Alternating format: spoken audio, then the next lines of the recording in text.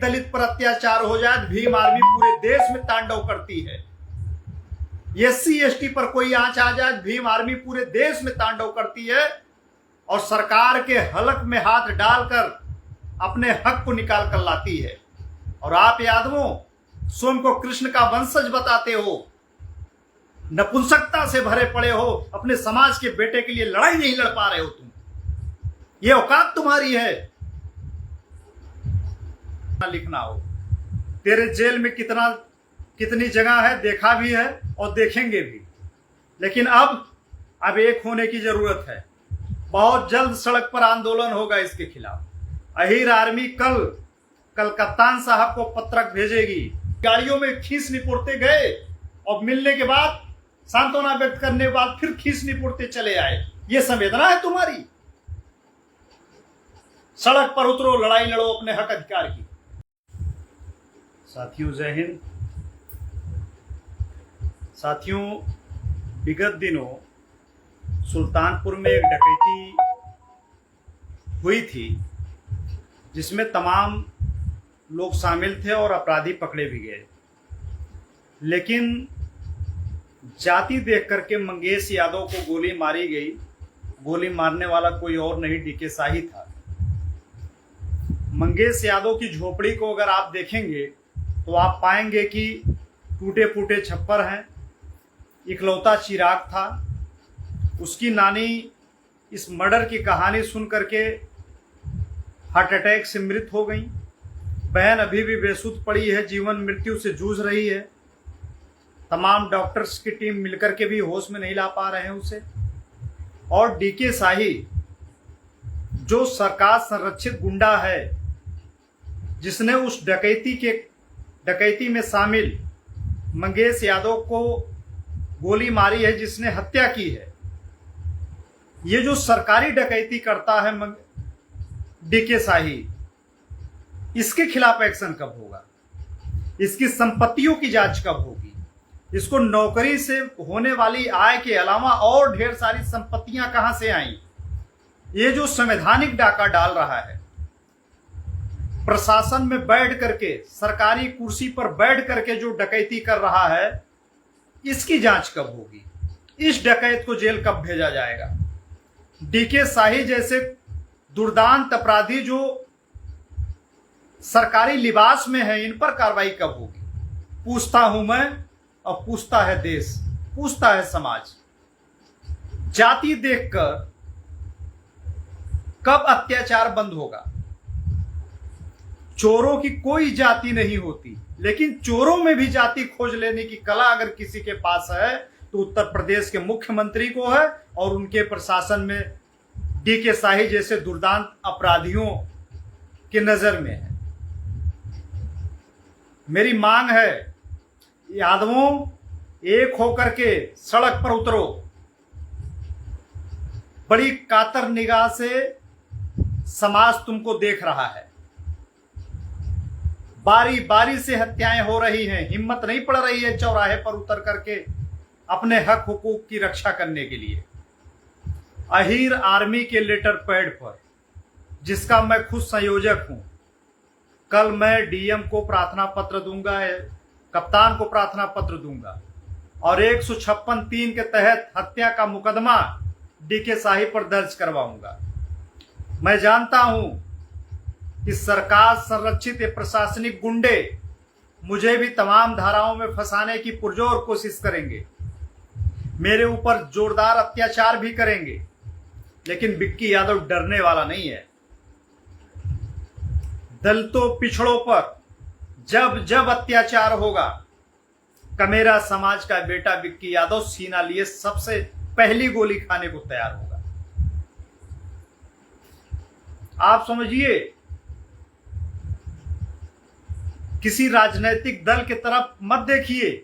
राजनैतिक दल गिद्ध गिरोह है। वो तो सोचता है कि मौतें जितनी होगी दावत उतनी बढ़िया होगी। आपको जो उम्मीद है कि फलाना में फलाना आएंगे, ढकाना में ढकाना आएंगे, कोई नहीं, सब अपनी तिजोरी भरने आएंगे। अपनी लड़ाई, समाज की लड़ाई खुद लड़नी पड़ेगी, नहीं तो ये राजनैतिक गिद्ध आपके दरवाजे जा करके दो मीठे बोल बोल करके संवेदना व्यक्त करके चले आएंगे और आपकी मौत पर राजनीति करेंगे और सत्ता प्राप्ति का प्रयास करेंगे। इन राक्षसों से सावधान रहिए। अब यादवों को सड़क पर उतरने की जरूरत है। एक दिन निर्धारित करिए और सड़क पर उतरिए। यादवों के जितने संगठन है एक मंच पर आकर के आंदोलन शुरू करो। यादव विहीन समाज बनाने पर तुला हुआ है आपका मुख्यमंत्री। चोरों की कोई जाति नहीं होती, बलात्कारियों की कोई जाति नहीं होती, उनकी सिर्फ एक जात होती है, वो राक्षस हैं, नृशंस हैं, नरपिशाच हैं। और नरपिशाचों में भी अगर जाति खोज लेने की क्षमता किसी में है तो उत्तर प्रदेश के मुख्यमंत्री में है। और उस जाति में भी दो जाति उपवर्ग करता है ये आदमी। दो उपजाति कौन कौन सी? एक गैर भाजपाई और भाजपाई। अगर उस जाति में भी कोई गैर भाजपाई है तो उसको भी ठोक दो। सत्ता संरक्षित ये गुंडा डीके शाही, इसके खिलाफ एक्शन होना चाहिए। इसके खिलाफ एक्शन होना चाहिए। इसकी गोली सबके पैरों में लगी तो उसके सीने में कैसे लग गई? कैसे उसकी हत्या कर दिया इसने? केवल इसलिए वो यादव था? अब मैं सवाल उठा रहा हूं तो तमाम जातिवादी मानसिकता के पिल्ले मुझे जातिवादी कह सकते हैं, लेकिन अगर इनकी औकात हो, इनकी मां ने दूध पिलाया हो तो उस डीके लिखना हो, तेरे जेल में कितनी जगह है देखा भी है और देखेंगे भी। लेकिन अब एक होने की जरूरत है। बहुत जल्द सड़क पर आंदोलन होगा इसके खिलाफ। अहीर आर्मी कल कप्तान साहब को पत्रक भेजेगी, डीएम साहब को पत्रक भेजेगी और मैं उस पत्रक को सार्वजनिक करूंगा और 156(3) के तहत मैं इस डीके शाही पर मुकदमा भी हत्या का दर्ज करवाऊंगा और इसकी हत्या के एवज में जो उसकी नानी मरी है उसके भी हत्या का जिम्मा इसी के ऊपर होना चाहिए। इसकी संपत्ति की जांच होनी चाहिए कि इसके मेली मददगारों की, इसके नात रिश्तेदारों की संपत्ति कितने गुना बढ़ी है, इस बात की भी जांच होनी चाहिए। अगर आप लोग सहमत हैं साथियों इस डीके शाही हत्यारे के, जो एसटीएफ में रह करके मंगेश यादव की हत्या की है, जाति के आधार पर अपराधी पहचान करके हत्या की है, इस डीके शाही के खिलाफ अगर आप आवाज उठाना चाहते हैं तो मेरी आवाज को ज्यादा से ज्यादा लोगों तक पहुंचाने का काम करें और संगठित हो जाइए एक बड़े आंदोलन के लिए। बहुत जल्द एक आंदोलन अहीर आर्मी करेगी। इसकी रूपरेखा समाज के बहुत सारे लोगों से मिलकर के तैयार की जा रही है। आपने देखा एक दलित पर अत्याचार हो जाए तो भीम आर्मी पूरे देश में तांडव करती है। एक दलित पर अत्याचार हो जाए तो भीम आर्मी पूरे देश में तांडव करती है। एससी एसटी पर कोई आंच आ जाए तो भीम आर्मी पूरे देश में तांडव करती है और सरकार के हलक में हाथ डालकर अपने हक को निकाल कर लाती है। और आप यादवों स्वयं को कृष्ण का वंशज बताते हो, नपुंसकता से भरे पड़े हो, अपने समाज के बेटे के लिए लड़ाई नहीं लड़ पा रहे हो तुम। ये औकात तुम्हारी है। एक हो जाओ, सड़क पर उतरो, नहीं तो आज एक यादव मारा गया है, इसी तरीके से बारी बारी यादव मारे जाओगे। पुष्पेंद्र यादव को भूल गए, जितेंद्र यादव को भूल गए, जाति पूछकर मारी गई थी ना। आवाज नहीं उठा पा रहे हो। जिस मीडिया ने रंडी रोना रोया था देवरिया कांड में, उसकी बिल्डिंग को देख करके, पूर्व जिला पंचायत सदस्य के, क्यों नहीं इस मंगेश की बिल्डिंग को दिखाती मीडिया? क्यों चुप बैठी है? आवाज नहीं उठा सकते हो आप? लड़ाई लड़ो इस बात की, चौराहे पर उतरो, गली गली मोहल्ले से निकलो यादवों, तब जाकर के हक हुकूक की रक्षा हो पाएगी। किसी नेता नूती भरोसे मत रहो।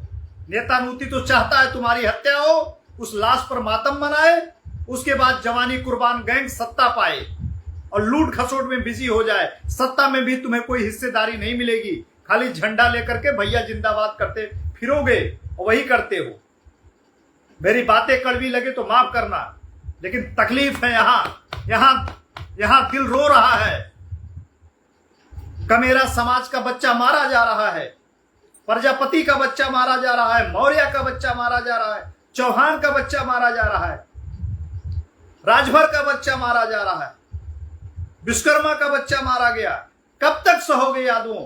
तुम्हारे जिम्मे बैकवर्ड समाज के रक्षा की जिम्मेदारी थी, कहां गायब हो गए तुम? स्वयं को कृष्ण का प्रतापी वंशज बताने वाले यादवों कहां छुप गए हो? लड़ो लड़ाई, उतरो सड़क पर, तब कल्याण होगा। दो कौड़ी के लोग तुम्हें आईना दिखाकर चले जाते हैं, शर्म नहीं आती है? खाली नारा देना जानते हो।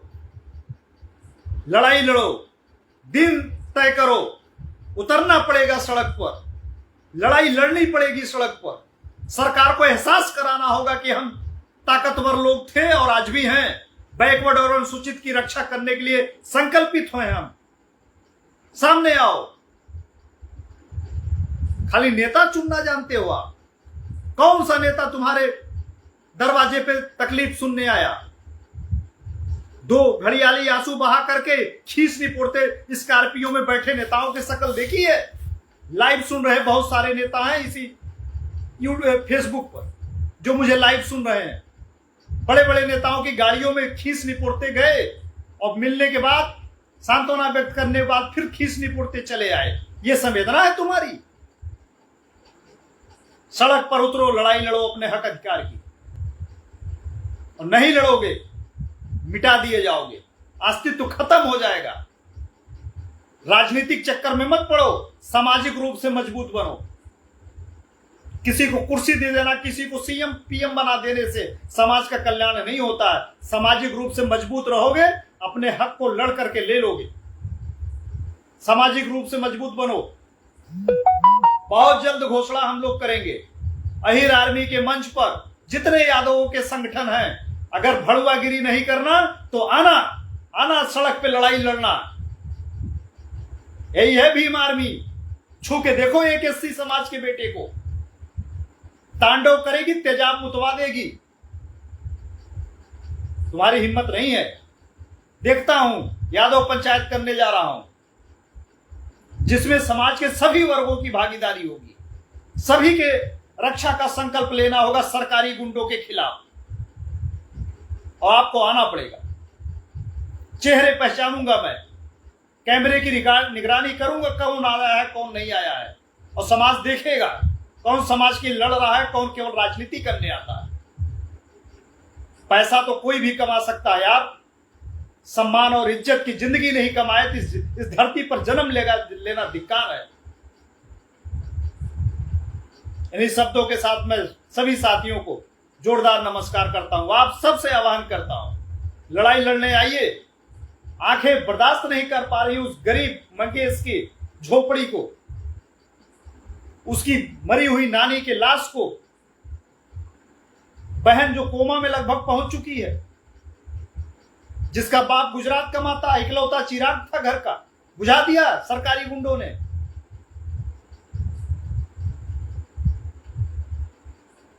इंतजार नहीं करना है परवेश यादव जी। राम राज्य के बाद कृष्ण राज आएगा।